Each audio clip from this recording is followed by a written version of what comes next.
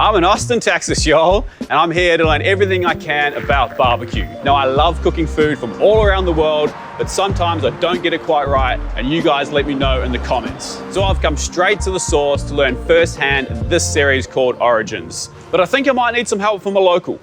Get in, brother. We're gonna put some meat in our mouth. Ah, all right. Joshua Wiseman, We're here, baby. the Texas man himself. So where are we going? We're going to Terry Black's. I've tried them all, and I think they're all great. And I do think that there are some that are marginally better than Terry Black's. Sure. But I'm telling you, man, the consistency with no wait time. It's pretty good. So I'm gonna let you do the ordering today at Terry Black's. Yep. You know the secret to ordering brisket? What's the secret? You always, in my opinion, you always order moist.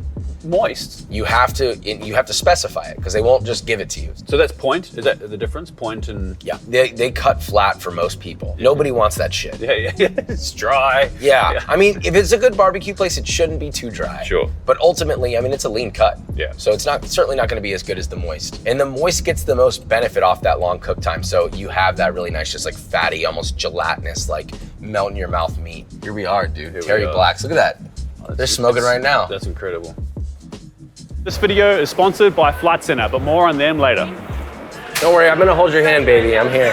Daddy's here. A few different things. I'm gonna lead you through this. I know all the good things. One of the things I like about Terry Black's, all their sides are great. The fire? A lot of barbecue places don't have good sides. This place 100% does. Okay. Let's do the beans, mac and cheese, potato salad. Can we also do green beans and 2 cornbread, please? We also do coleslaw, I'm gonna get please. some pickles, sure. And bread as well. Tray at just sides, how good. That's how we do it in Texas. Where are we going? We're going right here. Right Hello. here. How are you today? Good. We're excellent. So he's from Australia, so he doesn't know anything about what we're doing today. But I'm here to hold his hand. Look at his drip, drop, dripping, dude. So good. We also do 1 pound of fatty brisket. You asked for fatty, so it's gonna be like this part right Yes, here. please. Just put it in the middle. Yeah, he hasn't eaten in 3 days. I didn't let him. So you want a pound brisket? Yes, beautiful. She killed it.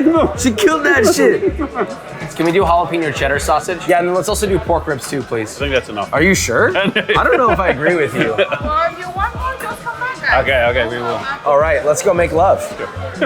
You wanna go outside? In the Texas heat. Right, well, it only seems fit that we start with brisket. Yeah. See, you can't even grab the whole thing with your fork. Look at that. It's jiggling, but it's still holding together. There's only 2 things that move like that.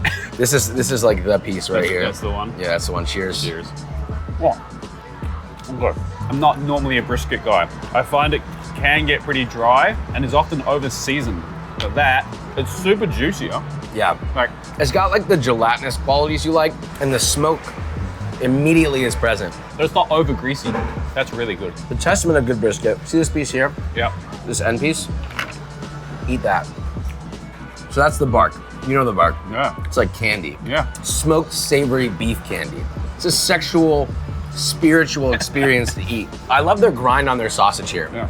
It's very coarse. I like how the cheese like stays together. It doesn't like melt and just fall apart. So all Texas barbecue is all salt and pepper. So including the pork ribs, the beef ribs, all just salt and pepper. It should be. Should be. The ribs, I think, are up to debate. Yeah. Okay. It's specifically beef, like brisket and ribs. Like you can see how much pepper it is. It's very coarse pepper. Yeah.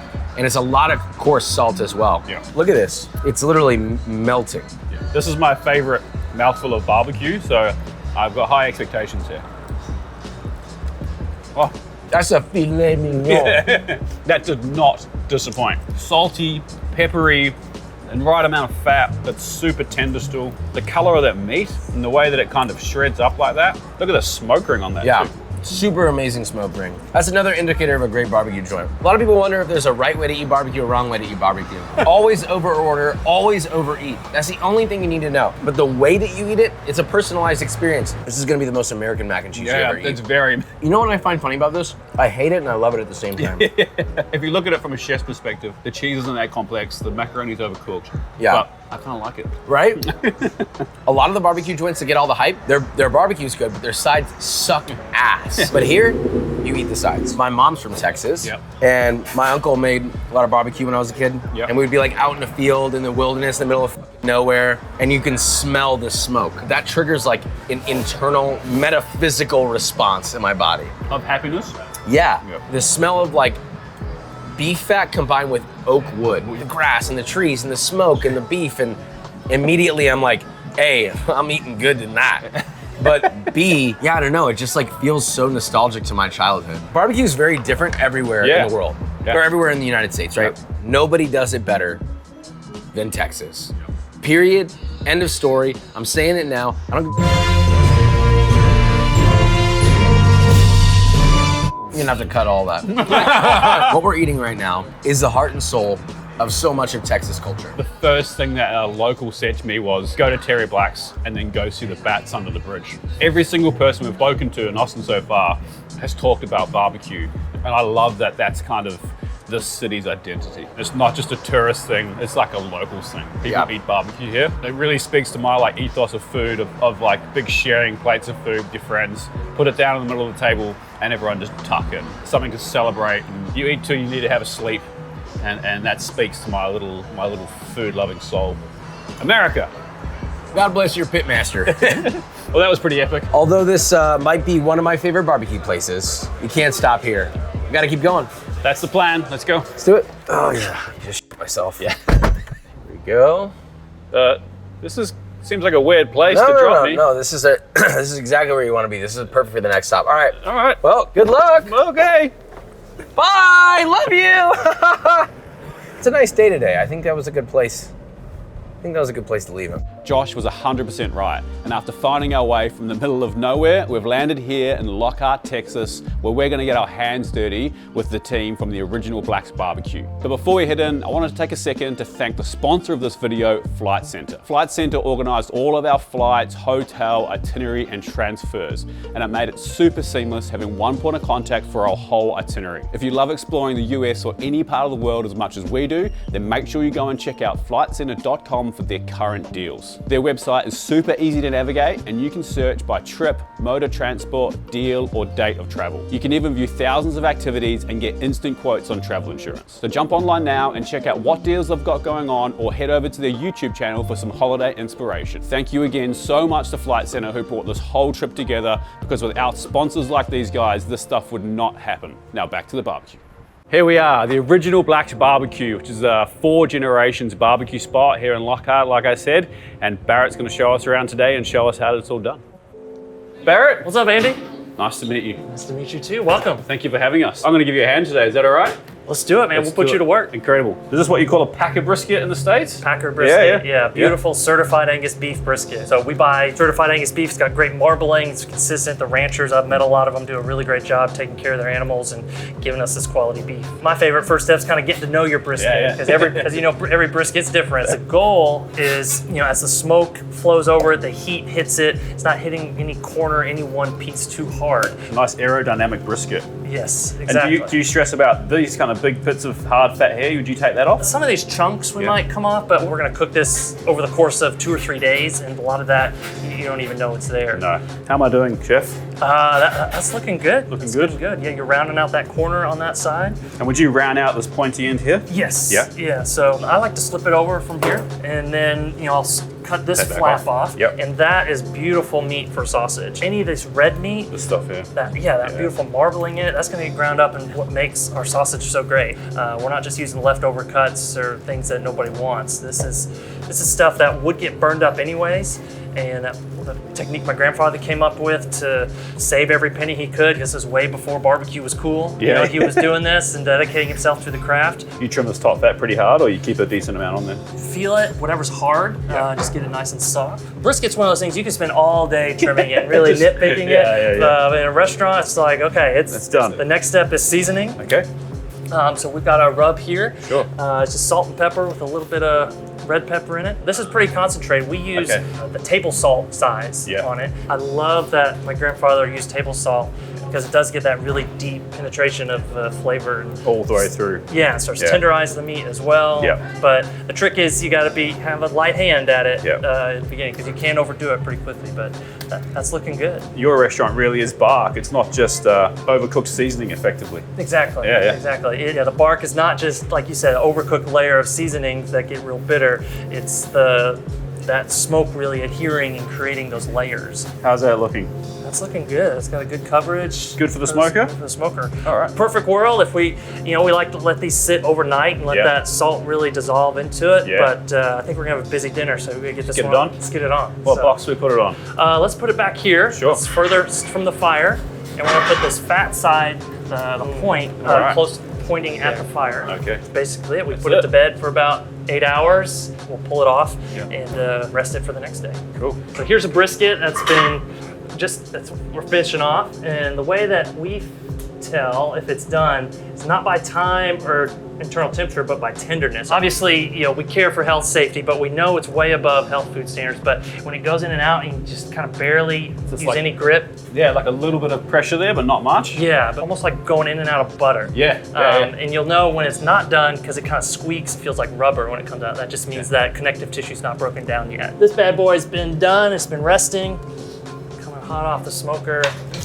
Look at that, look at the jiggle. The first thing I notice is the bark is very different to when I've done brisket. And I think that's because of the way you season, isn't it? Almost. Yeah, this is the meat naturally reacting to the smoke and the heat and really absorbing all those flavors. So we're just gonna go straight for my favorite right here. We'll cut in the middle, right there. And then you get that cross section of the lean on the bottom, the fatty on top. And so that's nice and beautiful. Yeah, that's stunning. But the I smoke ring's so prominent there. That juiciness just pulling it, no pressure. This isn't YouTube magic. This is a juicy brisket. Yeah, not doing the squeeze. No. We taste it. Gonna be a little hot. Okay. Cheers. Cheers. That's incredible. I'm not just saying that because you're here. I love the fact that it's not overly seasoned. It's like seasoned perfectly, and I think that's often a criticism I have of brisket is that sometimes it gets a bit salty, but that is not over seasoned. Right, it's just enough to enhance all those flavors that the ranchers and everybody's worked so hard to develop. Yeah. We're just the last step in a very long process to make this beautiful. Lysing can make or break a brisket, if you cut with the grain or against the grain. So you'd slice that this way, wouldn't you? Yeah, against the grain. Yeah, that way. So there's left and right briskets that go different directions. So yeah, I never thought of that until you just said it. It's tender, juicy, and perfectly seasoned. Yeah. And you can taste the beef. Yeah. It's better with the bark, but it's still really great without it. And that's how my test of a really great brisket. Well, you're doing a fantastic job. Yeah, I'm just carrying on a legacy of my ancestors. I'm 4th generation, so I love that. That's my job, is to not change anything and keep it going. I absolutely love that. Mate, thank you so much for having us. I'm going to jump out there and actually eat like a customer now.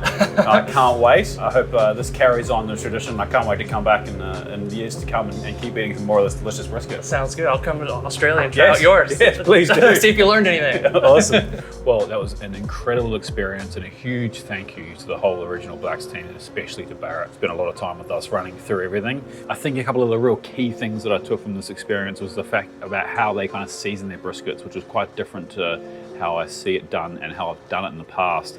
We're going to eat this, and then we're going to discover we've still got a couple more spots to go to, so we'll see you there.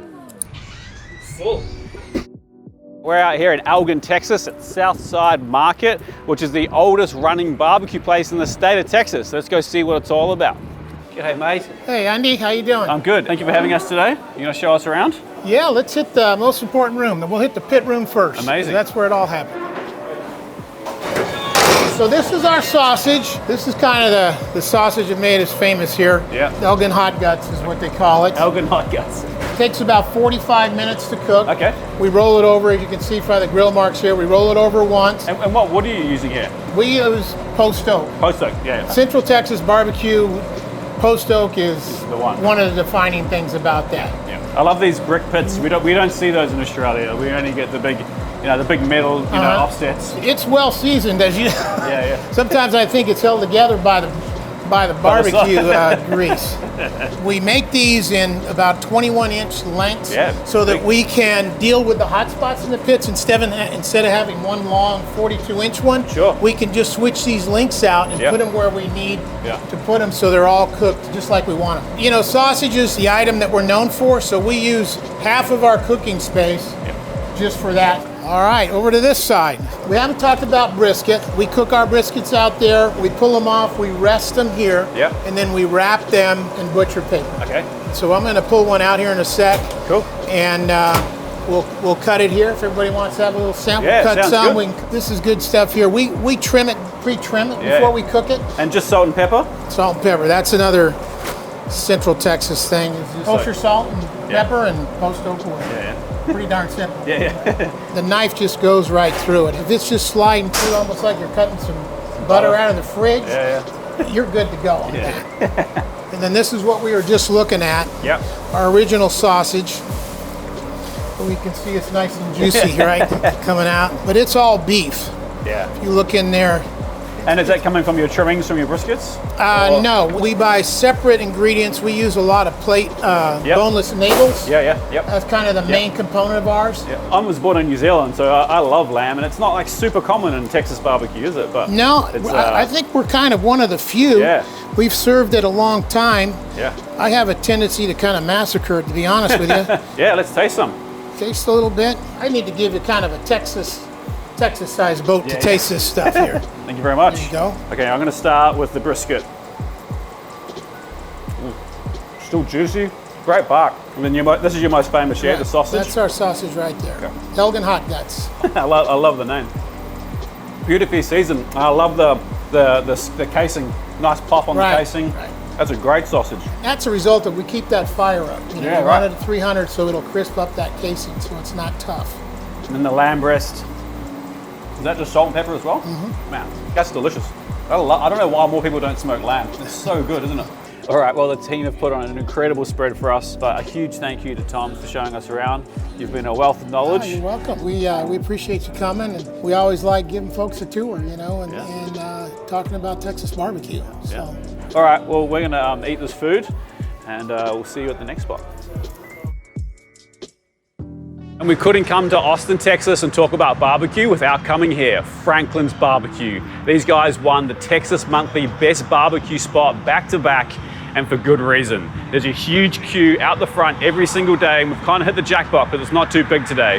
So we're gonna go queue up, get some food, and then we're lucky enough to talk to the man himself, Aaron Franklin, all about this historic barbecue spot. Let's go get some barbecue. Well, after a bit of a queue, this looks pretty special, I won't lie. I didn't order the pulled pork, but he insisted on giving it to me, so that's usually a good sign. Okay, super juicy, super tender. Oh, look, a little bit sweet, but not too much. That's some good pulled pork. We're gonna save the rib for last, because I think we all kind of know by now, that's my favorite. This brisket looks pretty good though. Oh. Wow. Probably the juiciest brisket I've ever eaten. Delicious bark, almost like chocolatey with that bark. It's like super rich. Deep flavor.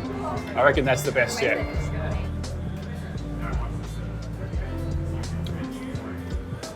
All right, we're gonna go for the turkey next. This stuff's supposed to be incredible. We don't really eat much turkey where I'm from, but everyone raves about the turkey here. Not dry at all. Like a really nice mild seasoning, and I think it takes the smoke really well, turkey. It's like, it reminds me of cold smoked chicken I used to eat when I was growing up. That's yum, super good. I'm starting to understand why there's such a big queue here. Everything has been really good. Let's go for a pork rib. That's a good looking rib. Again, I really like it because it's not too sweet.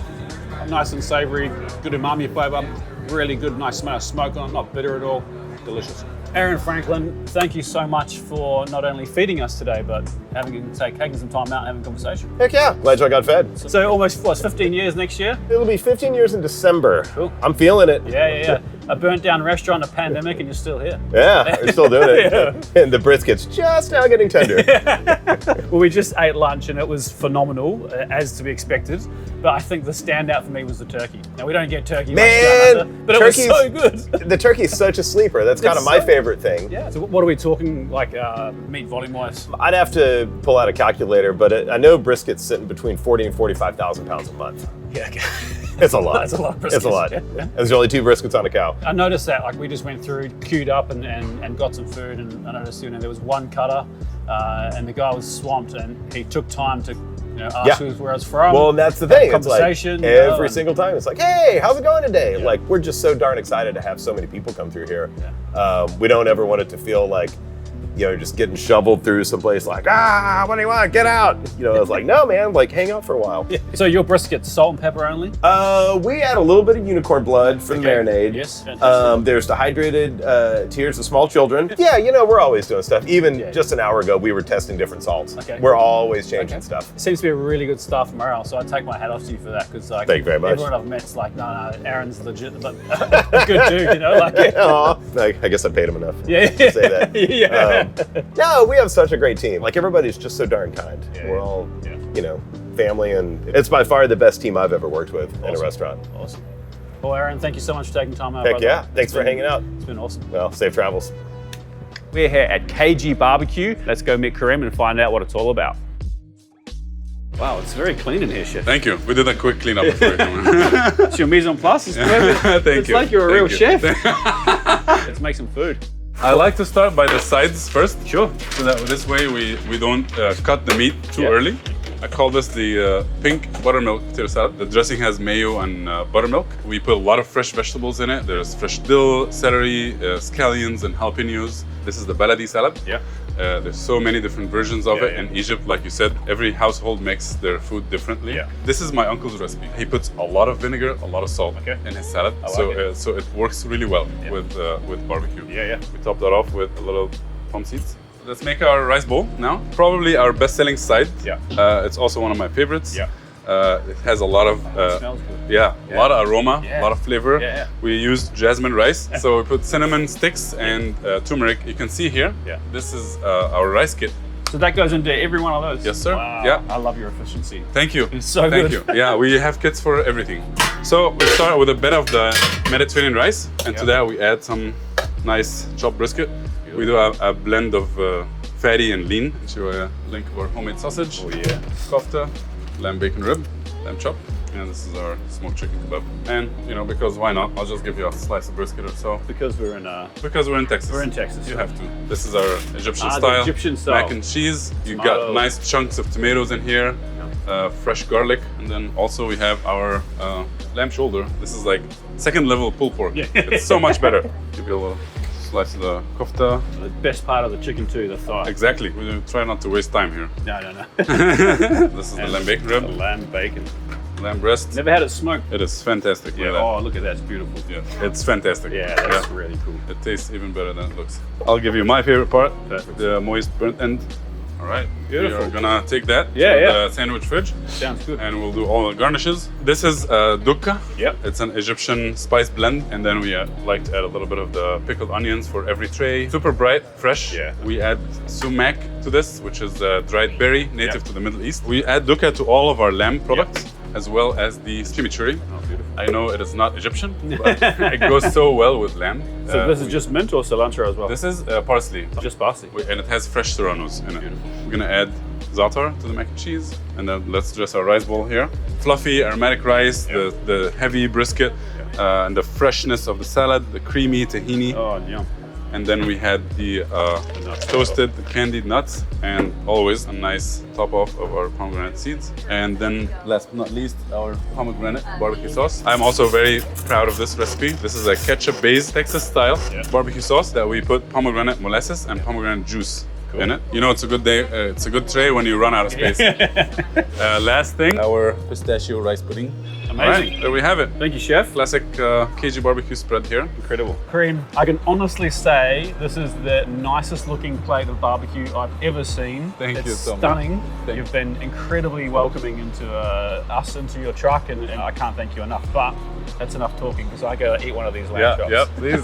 What do you reckon I dip it into? You should add a little bit of the chimichurri to it. Chimichurri? Yeah, there you go. This is something I secretly do. I watch my customers eat out of the window.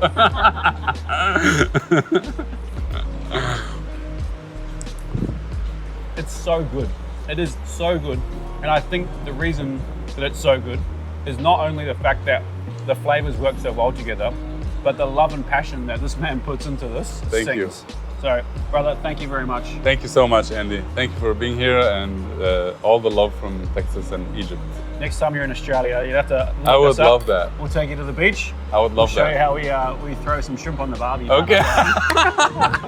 All right, that's it. Austin, you've been absolutely incredible. I've eaten my own body weight in barbecue and I've picked up heaps of tips and tricks along the way. Now it's time for me to take that information, head home and develop a recipe that I can share with you guys so you can make some Texas barbecue at home. Anyway, like this video if you took anything from it, subscribe if you're not, and we'll see you next week for the recipe.